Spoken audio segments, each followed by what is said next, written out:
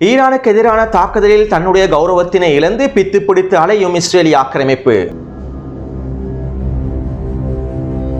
கோபத்திலே ஈராக்கிய இராணுவ தரப்பின் மீது வீரியமான வான்வழி தாக்குதல்களை மேற்கொண்ட இஸ்ரேலிய ஆக்கிரமிப்பு தன்னுடைய கௌரவத்தினை மீட்டெடுப்பதற்காக ஹிஸ்புல்லா இராணுவத்துடன் முழுநீள போரொன்றினை ஆரம்பிக்கப் போகின்றதா? வடக்கு காசாவிற்கும் மத்திய காசாவிற்கும் இடைப்பட்ட பிரதேசமான நட்சரின் பிரதேசத்திலே இருக்கக்கூடிய இஸ்ரேலிய ஆக்கிரமிப்பு சிப்பாய்களையும் இஸ்ரேலிய ஆக்கிரமிப்பு இராணுவ கட்டளை தளங்களையும் சுற்றி வளைத்து தரமான தாக்குதல்களை மேற்கொண்டு வரும் பலஸ்தீனிய உயிரடுக்கு போராளிகள். பலஸ்தீனிய உயிரடுக்கு போராளிகளின் கண்ணிவெடி தாக்குதல்களிலும் பொறிகளிலும் சிக்கி கொத்து கொத்தாக அளிக்கப்பட்ட இஸ்ரேலிய ஆக்கிரமிப்பு சிப்பாய்கள். செங்கடல் பிரதேசத்திலும் இந்திய பெருங்கடல் பிரதேசத்திலும் 8 கப்பல்களை பதம் பார்த்த யெமன் ஹவுதி இராணுவத்தினர். இஸ்ரேலிய ஆக்கிரமிப்புக்கு எதிராக யுத்தங்களையும் போராட்டங்களையும் மேற்கொண்டு பலஸ்தீனிய மக்களுடைய நிலங்களை மீட்டெடுப்பதன் மூலமாகத்தான் பலஸ்தீனிய மக்களுக்கான சுதந்திர தனிநாட்டினை உருவாக்க முடியும் என்பதனை உணர்ந்து கொண்ட சர்வதேசம். இஸ்ரேலிய ஆக்கிரமிப்புக்கு எதிராக பொருளாதார தடைகளை விதிப்பதற்கு எல்லாவிதமான வேலை திட்டங்களையும் மேற்கொண்டு வரும் ரஷ்யா.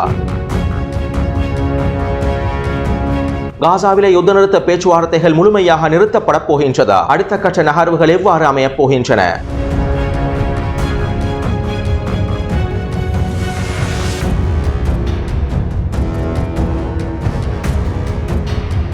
பலஸ்தீனிய தேசத்தினை ஐநாவினுடைய முழு உறுப்புரிமை நாடாக அங்கீகரிப்பதற்கான வாக்கெடுப்புகள் ஐநாவினுடைய பாதுகாப்பு சபையில் மேற்கொள்ளப்பட்டிருந்தன.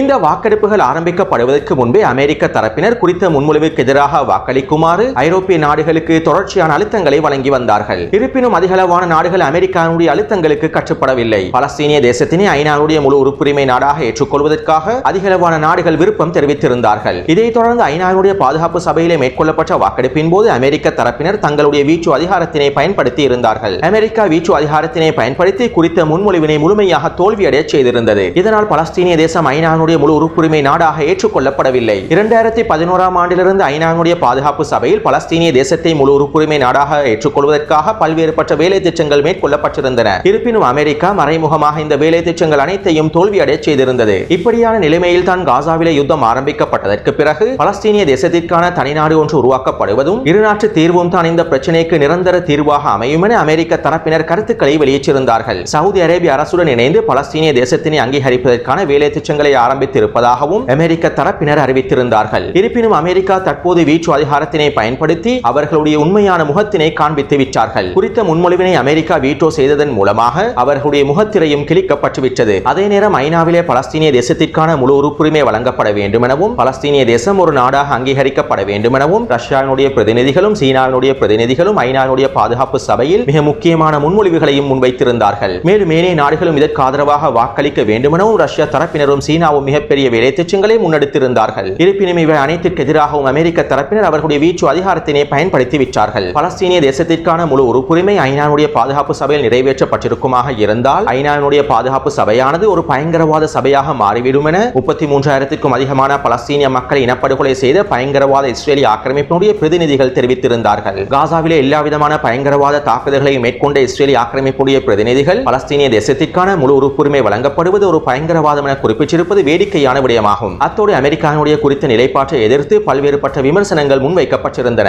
உலக நாடுகளுக்கு மத்தியில் பலஸ்தீனியம் அதற்கான உரிமைகளை பெற்றுக் கொள்வதற்கான நேரத்தினை கடந்துவிட்டது. நாங்கள் பலஸ்தீனிய தேசத்தினை ஆதரிக்கின்றோம், பலஸ்தீனிய மக்களை ஆதரிக்கின்றோம், பலஸ்தீனுக்கான தனிநாடு ஒன்று உருவாக்கப்படுவதுதான் குறித்த பிரச்சனைக்கு தீர்வாக அமையும். இப்படியான நிலைமையில் அமெரிக்கா குறித்த முன்மொழிவினை வீட்டோ செய்திருப்பது எங்களுக்கு மன அழுத்தத்தினை ஏற்படுத்தி இருக்கின்றது எனவும் அயர்லாந்து நாட்டினுடைய வெளியுறவுத்துறை அமைச்சர் தெரிவித்துள்ளார். அதே போன்று ஐநாவுக்கான ரஷ்யாவுடைய பிரதிநிதி இவ்வாறு தெரிவித்திருந்தார். அமெரிக்கா இஸ்ரேலின் நலன்களை மாத்திரமே அங்கீகரிக்கின்றது. உலக சமூகத்திலே முழுமையான பெரும்பான்மை பலஸ்தீனிய மக்களுக்கு சார்பாகவே இருக்கின்றார்கள். ஒட்டுமொத்த சர்வதேசமும் பலஸ்தீனிய மக்களையே ஆதரிக்கின்றார்கள். பலஸ்தீனிய மக்களுக்கான தனிநாடு ஒன்று உருவாக்கப்பட வேண்டும் என்பதனையே ஒட்டுமொத்த சர்வதேசமும் எதிர்பார்க்கின்றார்கள். இந்த வீட்டோவின் மூலம் அமெரிக்கர்கள் பலஸ்தீனியர்களை பற்றி உண்மையில் எப்படி நினைத்துக் கொண்டிருக்கின்றார்கள் என்பதனை வெளிப்படுத்திவிட்டது. அவர்களுடைய இரட்டை வேடத்தினை வெளிக்காட்டிவிட்டது. காசாவிலே பொதுமக்களுக்கு எதிரான இஸ்ரேலிய ஆக்கிரமிப்புடைய குற்றங்கள் மற்றும் ஆக்கிரமிக்கப்பட்ட மேற்கு கரை பிரதேசத்திலே நடைபெறக்கூடிய குற்றங்களுக்கு அமெரிக்கா கண்மூடித்தனமாக ஆதரவினை வழங்கி வருகின்றது. இஸ்ரேலிய ஆக்கிரமிப்புடைய இனப்படுகொலை தாக்குதல்களுக்கு அமெரிக்கா ஆதரவினை வழங்கி வருகின்றது. பலஸ்தீனியர்களுடைய விருப்பத்தினை உடைப்பதற்காகவே அமெரிக்கா குறித்த முன்மொழிவினை வீட்டோ செய்துள்ளது. பலஸ்தீனிய மக்களை நிரந்தரமாக ஆக்கிரமிப்பு அதிகாரங்களுக்குள் அடிப்பணிய செய்து இரண்டாம் தர வேலையாட்களாக மாற்றவும் அவர்களுடைய சொந்த மண்ணிலிருந்து அவர்களை விரட்டவுமே அமெரிக்கா முயற்சி செய்து வருகின்றது. அவர்களுடைய இந்த கொள்கைகள் எதிர்விளைவை மாத்திரமே கொண்டுள்ளது என ரஷ்யாவுடைய பிரதிநிதி காரசாரமான விமர்சனங்களை முன்வைத்திருந்தார். அத்தோடு ஐநாவின் பாதுகாப்பு சபையில் இஸ்ரேலிய ஆக்கிரமிப்புடைய பிரதிநிதிகள் தங்களுடைய கருத்தை தெரிவிக்கும் வேளையில் ரஷ்யாவினுடைய பிரதிநிதிகள் கோபத்துடன் எழுந்து சென்றிருந்தார்கள். இஸ்ரேலிய ஆக்கிரமிப்பினை அவமதிக்கும் வகையில் ரஷ்ய பிரதிநிதிகள் எழுந்து சென்றிருந்தார்கள். அடுத்து அமெரிக்காவுடைய வெளியுறவுத்துறை ஊடக பேச்சாளர் இவ்வாறு தெரிவித்திருந்தார். பலஸ்தீனிய தேசத்தினை ஐநாவின் முழு உறுப்புரிமை நாடாக அங்கீகரிப்பதற்கான எல்லாவிதமான முயற்சிகளையும் அமெரிக்கா முழுமையாக தடுத்து நிறுத்திவிடும். இதற்கு பிறகும் ஐநாவினுடைய பாதுகாப்பு சபையில் முன்வைக்கப்படக்கூடிய இவ்வாறான முன்மொழிவுகளை அமெரிக்கா முழுமையாக நிராகரிக்கும். இஸ்ரேலிய தலைவர்களுக்கும் பலஸ்தீனிய அதிகார சபையினுடைய தலைவர்களுக்கும் இடையில் பேச்சுவார்த்தைகளை மேற்கொள்வதன் மூலமாகவே இந்த பிரச்சனைக்கு தீர்வினை ஏற்ற முடியும். ஐநாவினுடைய பாதுகாப்பு சபையில் தீர்மானம் நிறைவேற்றப்படுவதனை விட இரு தரப்பினருக்கும் இடையிலான பேச்சுவார்த்தைகள் மூலமாகவே தீர்மானங்கள் நிறைவேற்றப்படுவது சிறந்ததாக அமையும் என அமெரிக்காவுடைய வெளியுறவுத்துறை ஊடக பேச்சாளர் தெரிவித்துள்ளார். அதாவது அமெரிக்கா வளமை போன்று பேச்சுவார்த்தைகள் மூலமாகவும் சூழ்ச்சிகள் மூலமாகவும் பலஸ்தீனிய தேசத்தினை பலஸ்தீனிய மக்களை தங்களுடைய கட்டுப்பாட்டுக்கு கீழால் வைத்துக் கொள்வதற்கு முயற்சி செய்கின்றார்கள். இஸ்ரேலிய ஆக்கிரமிப்புக்கு கீழால் இரண்டாம் தர மக்களாக பலஸ்தீனிய மக்களை பயன்படுத்திக் கொள்வதற்காகவே இஸ்ரேலிய ஆக்கிரமிப்பு தரப்பினரும் அமெரிக்க ஆக்கிரமிப்பு தரப்பினரும் முயற்சி செய்து வருகின்றார்கள். ஐநாவிலே பலஸ்தீனிய தேசம் முழு உறுப்புரிமை நாடாக அங்கீகரிக்கப்படுமாக இருந்தால் அதற்கு பிறகு இஸ்ரேலிய ஆக்கிரமிப்பினால் நேரடியாக பலஸ்தீனிய மக்கள் மீது அழுத்தங்களை வழங்க முடியாது. எனவே அமெரிக்காவுடைய குறித்த நிலைப்பாட்டில் இருந்து சர்வதேசம் ஒரு மிக முக்கியமான விடயத்தை புரிந்து கொண்டுள்ளது. இஸ்ரேலிய ஆக்கிரமிப்புக்கு எதிராக யுத்தத்தினை மேற்கொண்டு போராட்டங்களை மேற்கொண்டு பலஸ்தீனிய மக்கள் தங்களுடைய நிலத்தினை முழுமையாக மீட்டெடுப்பதன் மூலமாகத்தான் பலஸ்தீனிய தேசத்தினை பலஸ்தீனுக்கான தனிநாட்டினை சுதந்திர தேசத்தினை உருவாக்க முடியும் என்பதனையும் தற்போது சர்வதேசம் உணர்ந்து கொண்டுள்ளது. இதைத்தான் ஹமாஸ் தரப்பினரும் குறிப்பிட்டுள்ளார்கள். ஐநாவிலே பலஸ்தீனிய தேசத்தினை முழு உறுப்புரிமை நாடாக அங்கீகரிப்பதற்காக அல்ஜீரிய நாட்டினால் முன்வைக்கப்பட்ட குறித்த முன்மொழிவினை அமெரிக்க தரப்பினர் வீட்டோ செய்து முறியடித்துள்ளார்கள். அமெரிக்கா வீட்டோ அதிகாரத்தினை பயன்படுத்தி சர்வதேச சமூகத்தின் விருப்பங்களுக்கு எதிராக நிற்கின்றது. இஸ்ரேலிய ஆக்கிரமிப்புக்கு சார்பான அமெரிக்காவுடைய குறித்த நிலைப்பாட்டினை நாங்கள் வன்மையாக கண்டிக்கின்றோம். மேலும் அமெரிக்காவுடைய விருப்பத்தினை முறியடித்து இஸ்ரேலிய ஆக்கிரமிப்புடைய முயற்சிகளையும் சூழ்ச்சிகளையும் முறியடித்து பலஸ்தீனிய மக்களுடைய தலைவிதியை தீர்மானிக்கக்கூடிய போராட்டங்களுக்கு ஆதரவு அளிக்குமாறு நாங்கள் சர்வதேச சமூகத்திடம் கோரிக்கை விடுக்கின்றோம். இஸ்ரேலிய ஆக்கிரமிப்பினை தோல்வியடைய செய்து எங்களுடைய நிலத்தினை மீட்டெடுத்து அவர்களுக்கு எதிரான போராட்டங்களை மேற்கொள்வதன் மூலமாகத்தான் பலஸ்தீனிய மக்களுக்கான உண்மையான சுதந்திர தேசத்தினை உருவாக்க முடியும். இதற்காக ஒட்டுமொத்த சர்வதேசமும் ஆதரவுகளை வழங்க வேண்டும். மேலும் இஸ்ரேலிய ஆக்கிரமிப்பு தோற்கடிக்கப்பட்டு பலஸ்தீனிய சுதந்திர தேசம் உருவாக்கப்படும் வரை எங்களுடைய போராட்டங்களும் எதிர்ப்பும் நிற்கப் போவதில்லை எனவும் ஹமாஸ் தரப்பினர் அறிவித்துள்ளார்கள். அடுத்து இஸ்ரேலிய ஆக்கிரமிப்புக்கு எதிராக பொருளாதார தடைகளை விதிப்பதற்காக அடுத்த கட்ட வேலை திட்டங்களை ரஷ்ய தரப்பினர் ஆரம்பித்துள்ளார்கள். இதற்கமைவாக இஸ்ரேலிய ஆக்கிரமிப்புக்கு எதிராக பொருளாதார தடைகளை விதிப்பதற்கான புதிய முன்மொழிவுகளை ஐநாவுடைய பாதுகாப்பு சபையில் முன்வைத்துள்ளார்கள். இருப்பினும் வளமை போன்று ரஷ்யாவின் குறித்த முன்மொழிவுகளையும் அமெரிக்க தரப்பினர் வீட்டோ செய்யத்தான் போகின்றார்கள். ஐநாவுடைய பாதுகாப்பு சபையில் பலஸ்தீனிய மக்களுக்கு ஆதரவாக வரக்கூடிய எல்லா முன்மொழிவுகளையும் அமெரிக்க தரப்பினர் வீட்டோ செய்து விடுவார்கள். ஆக மொத்தத்தில் ஐக்கிய நாடுகள் சபை உருவாக்கப்பட்டிருப்பது உலக அமைதியை பாதுகாப்பதற்கல்ல, உலக அமைதியினை சீர்குலைப்பதற்காகத்தான் என்பதனை இதிலிருந்து எங்களுக்கு தெளிவாக புரிந்து கொள்ளலாம். முதலில் ஐக்கிய நாடுகள் சபையினுடைய அரசியல் அமைப்புகள் மாற்றப்பட வேண்டும். ஐக்கிய நாடுகள் சபையினுடைய கொள்கைகள் மாற்றப்பட வேண்டும். ஐக்கிய நாடுகள் சபையில் இருக்கக்கூடிய அமெரிக்காவுடைய அதிகாரங்கள் முழுமையாக மாற்றப்பட வேண்டும். இல்லாவிட்டால் தொடர்ந்தும் ஐக்கிய நாடுகள் சபை அமெரிக்காவுடைய அடிமை சபையாகவே இருக்கும் என்பதில் எந்தவிதமான மாற்று கருத்துக்களும் இல்லை.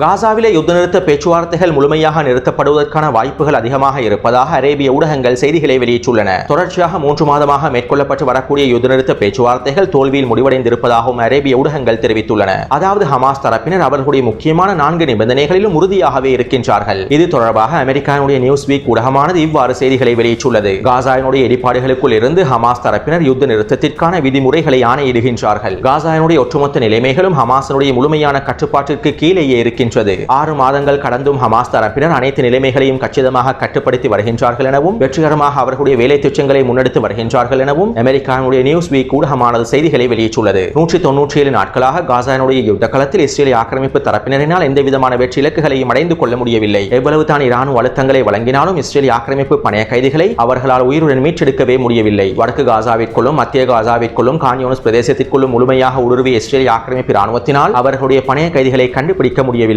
எனவே தற்போது இஸ்ரேலிய ஆக்கிரமிப்பு தரப்பினரும் அமெரிக்க ஆக்கிரமிப்பு தரப்பினரும் மன அழுத்தத்திற்கு உள்ளாக்கப்பட்டு விட்டார்கள். எப்படியாவது தற்காலிக போர் நிறுத்தம் ஒன்றினை ஏற்படுத்தி பணைய கைதிகளை விடுதலை செய்ய வேண்டும் என்று முயற்சி செய்து வருகின்றார்கள். இதற்கமைவாக கடந்த வாரம் அமெரிக்க CIA உளவு பிரிவினுடைய தலைவர் துருக்கியினுடைய உளவு பிரிவு தலைவருக்கு தொடர்புகளை ஏற்படுத்தி சில முக்கியமான கலந்துரையாடல்களை மேற்கொண்டிருந்தார். ஹமாஸ் தரப்பினருக்கு துருக்கியின் மூலமாக அழுத்தங்களை வழங்குவதற்கான எல்லாவிதமான வேலை திட்டங்களையும் அமெரிக்க ஆக்கிரமிப்பு தரப்பினர் மேற்கொண்டிருந்தார்கள். இதன் அடுத்த கட்டமாக துருக்கி அரசு ஹமாஸுடைய அரசியல் தலைவர் இஸ்மாயில் ஹனியா அவர்களை துருக்கிக்கு அழைத்துள்ளது. இதற்கமைவாக நேற்றிரவு ஹமாஸினுடைய அரசியல் தலைவர் இஸ்மாயில் ஹனியா அவர்கள் துருக்கிக்கு அவசர விஜயம் ஒன்றை மேற்கொண்டுள்ளார். இன்றைய தினம் இஸ்மாயில் ஹனியா அவர்கள் துருக்கியினுடைய அதிபருடனும் கலந்துரையாடல்களை மேற்கொள்ளப் போகின்றார். அத்தோடு யுத்த நிறுத்த பேச்சுவார்த்தைகளை ஹமாஸ் தரப்பினர் தான் முழுமையாக நிராகரித்து வருகின்றார்கள் என அமெரிக்க ஆக்கிரமிப்புடைய வெளியுறவுத்துறை அமைச்சர் ஆண்டனி பிளிங்கன் ஹமாஸ் தரப்பினர் மீது குற்றச்சாட்டுகளை முன்வைத்திருந்தார். இதைத் தொடர்ந்து இன்றைய தினம் ஹமாஸ் தரப்பினர் இவ்வாறு தெரிவித்துள்ளார்கள். நெட்டன்யாஹு அவருடைய தனிப்பட்ட சுயநல அரசியலுக்காகத்தான் பேச்சுவார்த்தைகளை தடுக்கின்றார். காசாவிலே போரினை நிறுத்த வேண்டும் என அமெரிக்கா உண்மையாக நேர்மையாக சிந்திக்குமாக இருந்தால் முதலில் இஸ்ரேலிய ஆக்கிரமிப்புக்கு அழுத்தங்களை வழங்க வேண்டும். இஸ்ரேலிய ஆக்கிரமிப்புக்கான ஆயுத உதவிகளை முழுமையாக தடுத்து நிறுத்த வேண்டும். மேலும் காசாவில் இருக்கக்கூடிய ஒட்டுமொத்த இஸ்ரேலிய ஆக்கிரமிப்பையும் முழுமையாக திரும்ப பெற வேண்டும். அது மட்டுமல்லாமல் இஸ்ரேலிய ஆக்கிரமிப்பின் இனப்படுகொலை தாக்குதல்களையும் முற்றுகைகளையும் முழுமையாக நிறுத்த வேண்டும். இவ்வாறு அமெரிக்க ஆக்கிரமிப்பு தரப்பினர் இந்த வேலை திட்டங்களை மேற்கொள்வார்களாக இருந்தால் காசாவிலே நிரந்தர யுத்த நிறுத்தம் ஏற்படுத்தப்படலாம். மேலும் நாங்கள் முன்வைத்திருக்கக்கூடிய நிபந்தனைகள் சாதாரணமான நிபந்தனைகள் அல்ல.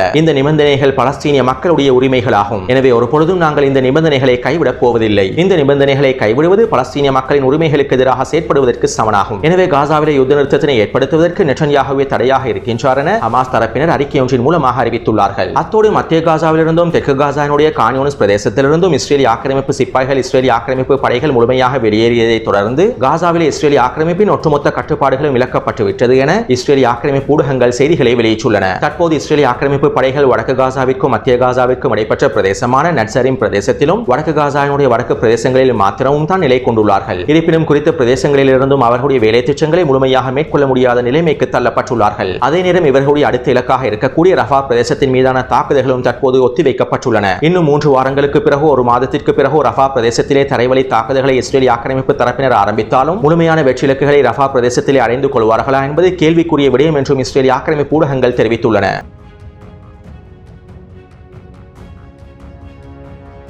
தற்போது இஸ்ரேலிய ஆக்கிரமிப்பு ராணுவம் வடக்கு காசாவிற்கும் மத்திய காசாவிற்கும் இடைப்பட்ட பிரதேசமான நட்சரிம் பிரதேசத்திலே நிலை கொண்டு குறித்த பிரதேசத்தில் இராணுவ கட்டளை தளங்களை அமைப்பதற்கான வேலை திட்டங்களை மேற்கொண்டு வருகின்றது. இவை தொடர்பாக நான் முன்னைய காணொலியில் தெளிவாக குறிப்பிட்டிருந்தேன். எனவே தற்போது பலஸ்தீனிய போராளிகள் இஸ்ரேலிய ஆக்கிரமிப்புடைய குறித்த திட்டங்களை முழுமையாக தோற்கடிப்பதற்கான அதிரடியான தாக்குதல்களையும் ஆரம்பித்துள்ளார்கள். நட்சரிம் பிரதேசத்தில் இருக்கக்கூடிய இஸ்ரேலிய ஆக்கிரமிப்பு சிப்பாய்களையும் இஸ்ரேலிய போர்த்தாங்கி வாகனங்களையும் இஸ்ரேலிய ஆக்கிரமிப்பு கட்டளை தளங்களையும் சுற்றி வளைத்து பலஸ்தீனிய உயரடுக்கு போராளிகள் தொடர்ச்சியான தாக்குதல்களை மேற்கொண்டு வருகின்றார்கள். இதற்கமைவாக அல்கசாம் படையினரும் அல் குதுஸ் படையினரும் ஜைத்தூன் தெற்கு பிரதேசத்திலிருந்து நெட்சரிம் பிரதேசத்தில் இருக்கக்கூடிய இஸ்ரேலிய ஆக்கிரமிப்பு சிப்பாய்களையும் இஸ்ரேலிய இராணுவ கட்டளை தளங்களையும் இலக்கு வைத்து தொடர்ச்சியான யாசின் ஏவுகணை தாக்குதல்களையும் மோட்டார் குண்டு தாக்குதல்களையும் மேற்கொண்டு வருகின்றார்கள். அதேபோன்று அல்-அக்ஸா படையினரும் முஜாஹிதீன் படையினரும் தாலல் ஹவாயினுடைய தெற்கு பிரதேசத்திலிருந்து நெட்சரிம் பிரதேசத்தில் இருக்கக்கூடிய இஸ்ரேலிய இராணுவ கட்டளை தளங்களையும் இஸ்ரேலிய ஆக்கிரமிப்பு படைகளையும் இலக்கு வைத்து தொடர்ச்சியான மோட்டார் குண்டு தாக்குதல்களை மேற்கொண்டு வருகின்றார்கள். அதேபோன்று ஜுஹ்ரல்திக் வடக்கு பிரதேசத்திலிருந்து அபு அலி முஸ்தபா படையினரும் அல் ஆஷிஃபா படையினரும் தொடர்ச்சியான மோட்டார் குண்டு தாக்குதல்களை மேற்கொண்டு வருகின்றார்கள். மேலும் மத்திய காசாவினுடைய அல் முகாரகா வடக்கு பிரதேசத்தில் இருக்கக்கூடிய அல்கசாம் படையினரும் அல் குதுஸ் படையினரும் நட்சரின் பிரதேசத்தில் இருக்கக்கூடிய இஸ்ரேலிய ஆக்கிரமிப்பு சிப்பாய்களையும் கட்டளை தளங்களையும் இலக்கு வைத்தும் தொடர்ச்சியான தாக்குதல்களை மேற்கொண்டு வருகின்றார்கள். எனவே ஒட்டுமொத்தமாக பலஸ்தீனிய உயரடுக்கு படைக்குழுக்கள் நட்சரின் பிரதேசத்தை சுற்றி வளைத்து தாக்குதல்களை மேற்கொண்டு வருகின்றார்கள். இதற்கமைவாக அல்கசாம் படையினர் மத்திய காசாவினுடைய அல் முகாரகா வடக்கு பிரதேசத்தில் இருக்கக்கூடிய துருக்கிய வைத்தியசாலை கர்ஹாமிலே அமைக்கப்பட்டுக் கொண்டிருந்த இஸ்ரேலிய ஆக்கிரமிப்பு இராணுவ தளத்தினை இலக்கு வைத்து அதிரடியான தாக்குதல்களை மேற்கொண்டுள்ளார்கள். மேலும் குறித்த பிரதேசத்தில் கன்னி வெடிகளையும் புதைத்து வைத்துள்ளார்கள். இந்த கன்னிவெடி பொறியில் இஸ்ரேலிய ஆக்கிரமிப்பு சிப்பாய் படைக்குழு ஒன்றை வசமாக சிக்கியுள்ளது. இந்த சந்தர்ப்பத்தில் குறித்த பொறியானது வெடிக்கச் செய்யப்பட்டு அவர்கள் கொத்தாக அளிக்கப்பட்டுள்ளார்கள். அந்நளவாக குறைந்தது 10 இஸ்ரேலிய ஆக்கிரமிப்பு சிப்பாய்களாவது இந்த கன்னிவெடி தாக்குதலில் கொல்லப்பட்டிருக்கலாம். இதேபோன்று குறித்த பிரதேசத்தில் அல் குதுஸ் படையினரும் பொறி வைத்து தாக்குதல் ஒன்றை மேற்கொண்டுள்ளார்கள். இந்த பொறியிலே இஸ்ரேலிய ஆக்கிரமிப்பு பொறியியல் துறை படையினர் வசமாக சிக்கியுள்ளார்கள். இதன்போது குறித்த பொறியானது வெடிக்கச் செய்யப்பட்டு அவர்கள் கொத்தாக அளிக்கப்பட்டுள்ளார்கள். அடுத்து அல்-அக்ஸா படையினர் ஜபலியானுடைய கிழக்கு பிரதேசத்தில் இருக்கக்கூடிய இஸ்ரேலிய ஆக்கிரமிப்பு சிப்பாய்களையும் இஸ்ரேலிய போர்த்தாங்கி வாகனங்களையும் இலக்கு வைத்து தொடர்ச்சியான மோட்டார் குண்டு தாக்குதல்களை மேற்கொண்டு வருகின்றார்கள். மேலும் குறித்த பிரதேசத்தில் ஒரு மெர்காவா போர்த்தாங்கி வாகனத்தையும் ஒரு புல்டோசர் வண்டியையும் கொத்தாக அளித்துள்ளார்கள். அதேபோன்று ஜைத்தூன் கிழக்கு பிரதேசத்தில் அல் குதுஸ் படையினர் 2 மெர்காவா போர்த்தாங்கி வாகனங்களை கொத்தாக அளித்துள்ளார்கள். மேலும் குறித்த பிரதேசத்தில் பல மணி நேர துப்பாக்கிச் சூடு தாக்குதல்களையும் மேற்கொண்டுள்ளார்கள். அடுத்து முஜாஹிதீன் படையினர் தாலல் ஹவாயினுடைய தெற்கு பிரதேசத்தில் ஸ்னைப்பர் தாக்குதல் மூலமாக ஒரு இஸ்ரேலிய ஆக்கிரமிப்பு சிப்பாயை அளித்துள்ளார்கள். எனவே கடந்த 48 மணித்தியாலங்களுக்குள் கிடைக்கப்பெற்ற தகவல்களுக்கு அமைவாக 3 மெர்காவா போர்த்தாங்கி வாகனங்களும் ஒரு புல்டோசர் வண்டியும் கொத்தாக அளிக்கப்பட்டுள்ளன. மேலும் 20க்கும் அதிகமான இஸ்ரேலிய ஆக்கிரமிப்பு சிப்பாய்கள் அளிக்கப்பட்டுள்ளார்கள்.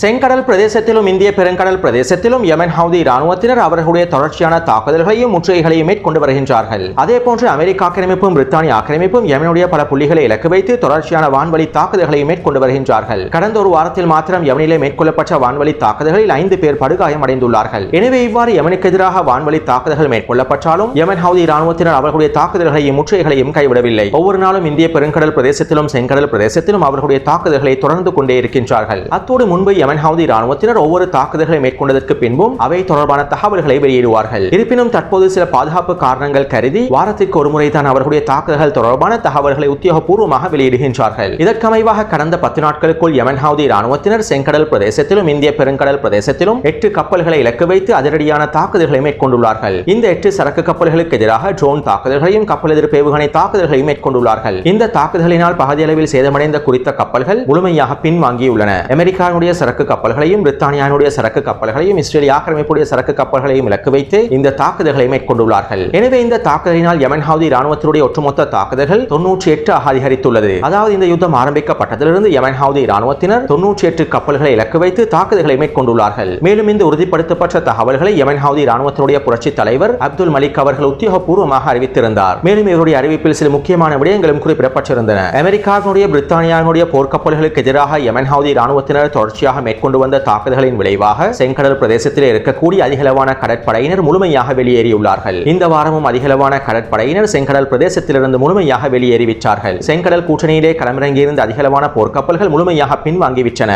மேலும் செங்கடல் பிரதேசத்திலும் இந்திய பெருங்கடல் பிரதேசத்திலும் இஸ்ரேல் ஆக்கிரமிப்புக்கு சொந்தமான கப்பல்களுடைய நடமாட்டம் குறைந்துவிட்டது. இஸ்ரேல் ஆக்கிரமிப்பு துறைமுகங்களுக்கு செல்லக்கூடிய கப்பல்களுடைய நடமாட்டமும் குறைந்துவிட்டது. அத்தோடு எங்களுடைய முற்றுகையினால் இஸ்ரேல் ஆக்கிரமிப்புக்கு மிகப்பெரிய பொருளாதார இழப்பு ஏற்பட்டுள்ளது. இவற்றினை எதிரிகளும் ஒப்புக்கொண்டுள்ளார்கள். எனவே காசாவிலே இஸ்ரேல் ஆக்கிரமிப்பின் இனப்படுகொலை தாக்குதல்களும் முற்றுகைகளும் முழுமையாக நிறுத்தப்படும் வரை செங்கடல் பிரதேசத்திலும் இந்திய பெருங்கடல் பிரதேசத்திலும் எங்களுடைய தாக்குதல்களையும் முற்றுகைகளையும் நாங்கள் நிறுத்தப் போவதில்லை என யமன் ஹவுதி இராணுவத்துடைய புரட்சி தலைவர் அறிவித்துள்ளார்.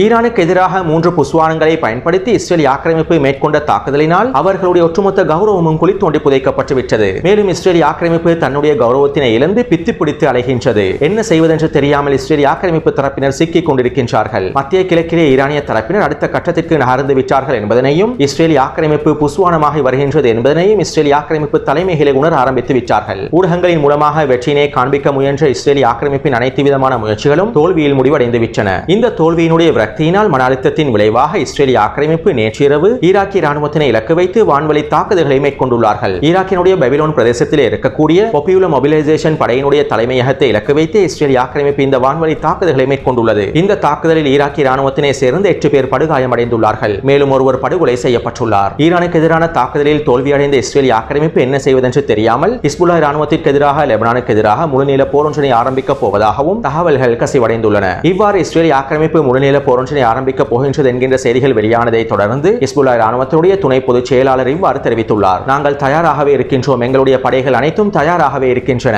இஸ்ரேல் ஆக்கிரமிப்பின் சூழ்ச்சிகளை முறியடிப்பதற்கு நாங்கள் தயாராகவே இருக்கின்றோம். மேலும் நாங்கள் தெற்கு லெபனான் பிரதேசத்திலிருந்து முழுமையாக பின்வாங்க போவதும் இல்லை. காசாவிலே யுத்தம் நிறைவடையும் வரை நாங்கள் எங்களுடைய யுத்தத்தினை நிறுத்தப் போவதில்லை. காசாவினுடைய இனப்படுகொலை தாக்குதல்கள் முழுமையாக நிறுத்தப்படும் வரை நாங்கள் தெற்கு லெபனான் பிரதேசத்திலிருந்து எங்களுடைய தாக்குதல்களை மேற்கொள்ளத்தான் போகின்றோம். இஸ்ரேல் ஆக்கிரமிப்பின் எந்த தீவிரமான நடவடிக்கைகளுக்கும் நாங்களும் கடுமையான பதிலடி தாக்குதல்களை மேற்கொள்வோம் என ஹிஸ்புல்லா இராணுவத்தினுடைய துணை செயலாளர் தெரிவித்துள்ளார். அத்தோடு ஹிஸ்புல்லா இராணுவத்தினர் கடந்த வாரத்திலிருந்து இஸ்ரேலிய ஆக்கிரமிப்புக்கு எதிராக கடுமையான தாக்குதல்களை மேற்கொண்டு வருகின்றார்கள். இதற்கமைவாக நேற்றைய தினமும் 6 தாக்குதல்களை மேற்கொண்டிருந்தார்கள். 4 இஸ்ரேலிய ஆக்கிரமிப்பு இராணுவ தளங்களை இலக்கு வைத்தும் 2 இஸ்ரேலிய ஆக்கிரமிப்பு சிப்பாய்கள் நிலை கொண்டிருக்கக்கூடிய புள்ளிகளை இலக்கு வைத்தும் அதிரடியான புர்கான் ஏவுகணை தாக்குதல்களையும் கவச எதிர்ப்பு ஏவுகணை தாக்குதல்களையும் மேற்கொண்டிருந்தார்கள். மேலும் நேற்றிரவு மெட்ரூலா பிரதேசத்திலே இருக்கக்கூடிய இஸ்ரேலிய ஆக்கிரமிப்பு போர் வாகனம் ஒன்றினை இலக்கு வைத்து அதிரடியான கவச எதிர்ப்பு ஏவுகணை தாக்குதல்களை மேற்கொண்டுள்ளார்கள். இந்த தாக்குதலினால் குறித்த போர் வாகனமும் அதற்குள்ளே இருந்த இஸ்ரேலிய ஆக்கிரமிப்பு சிப்பாய்களும் கொத்தாக அளிக்கப்பட்டுள்ளார்கள். குறித்த தாக்குதலில் குறைந்தது 8 இஸ்ரேலிய ஆக்கிரமிப்பு சிப்பாய்களாவது முழுமையாக அளிக்கப்பட்டிருக்கலாம் என லெபனான் ஊடகங்கள் தெரிவித்துள்ளன. அதேபோன்று இன்று காலையிலிருந்து மாலை வரை 4 இஸ்ரேலிய ஆக்கிரமிப்பு ராணுவ தளங்களை இலக்கு வைத்து அதிரடியான தாக்குதல்களை மேற்கொண்டிருந்தார்கள். மேலும் இன்று மாலை மேல்கலிலி மற்றும் மேற்கு கலிலி பிரதேசத்தில் இருக்கக்கூடிய குடியேற்ற பகுதிகளை இலக்கு வைத்தும் அதிரடியான ஏவுகணை தாக்குதல்களை மேற்கொண்டுள்ளார்கள். எனவே ஹிஸ்புல்லா இராணுவத்தினர் அவர்களுடைய தொடர்ச்சியான தாக்குதல்களை வீரியமான தாக்குதல்களை மேற்கொண்டு வருகின்றார்கள் என்பதை எங்களுக்கு தெளிவாக புரிந்து கொள்ளலாம். அத்தோடு இந்த காணொலி தொடர்பான உங்களுடைய கருத்துக்களை பதிவிடுங்கள். தொடர்ந்து என்னுடன் இணைந்திருங்கள். நன்றி, வணக்கம்.